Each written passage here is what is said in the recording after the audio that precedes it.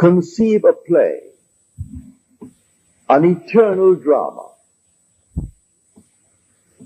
which is God's plan of redemption, and conceive of it as an occurrence, a simple occurrence without reference to completeness or incompleteness, without reference to duration or repetition, without reference to its position in time, although sometimes with reference to past time.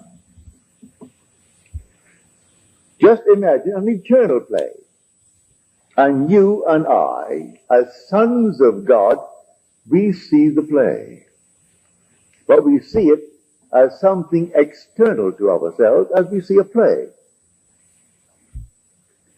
This play will lift us if we experience the play cast in the central role.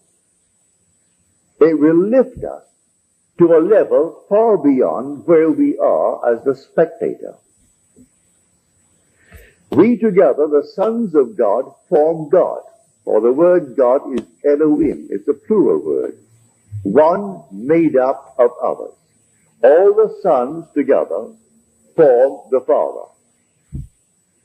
We, the sons, observing the play, are now going to be cast in the central role of that play.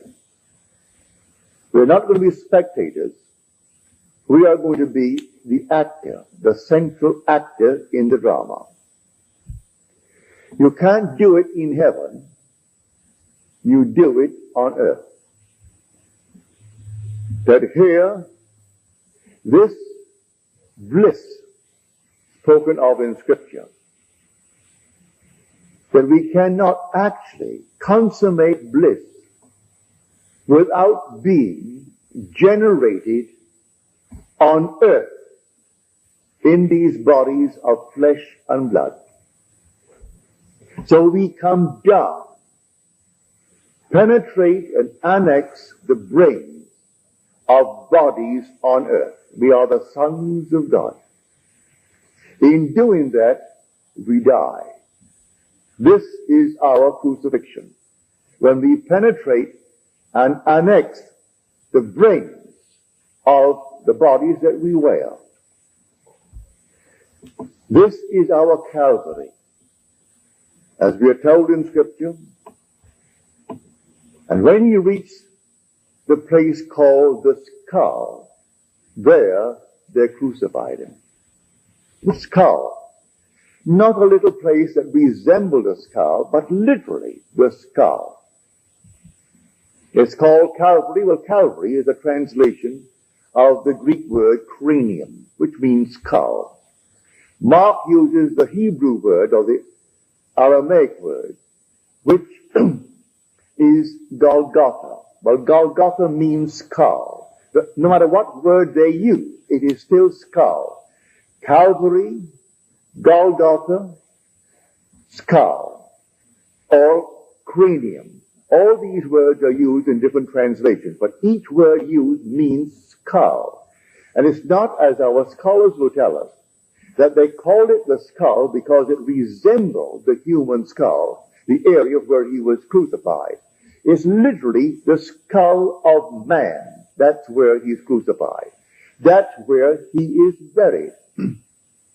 He is buried in the skull of man. Because he is in the skull of man, and that skull is his tomb.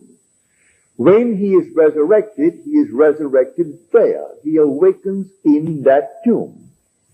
He comes out of that tomb unassisted by any midwife, by anyone. And he rolls away that stone, which is the base of his skull, and he comes out of that hole, which is an opening.